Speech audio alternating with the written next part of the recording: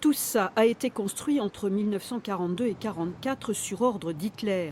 L'idée, bétonner les côtes européennes pour les transformer en une immense ligne défensive. Ici, les vestiges sont encore visibles. Sébastien connaît bien ces ouvrages. Devant ce blocos éventré, il nous replonge dans leur rôle d'origine.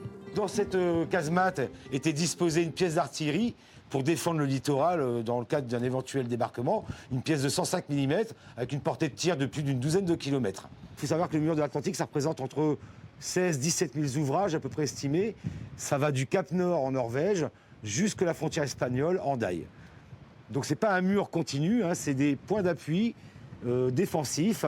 Entre Fort-Mahon et Holt, plus de 150 ouvrages ont été recensés. Des blocos, mais aussi des rampes ou encore des murs anti-chars.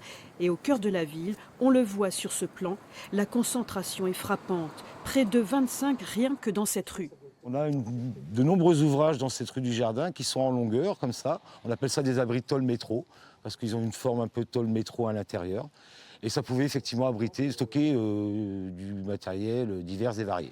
Aujourd'hui, certains sont dissimulés dans les jardins, d'autres enfouis sous la végétation ou recouverts de terre. Donc là, on distingue nettement cette colline dans laquelle est enseveli un des blocos.